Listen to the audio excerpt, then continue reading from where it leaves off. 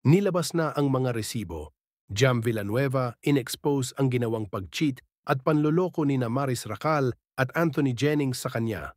Ipinost ng ex-girlfriend ni Anthony na si Jam ang mga litratong ito sa social media kung saan nagsisilbi daw itong resibo sa mga kababalaghang ginagawa ng dalawa para sa love team at branding nila kahit na may relasyon pa silang dalawa.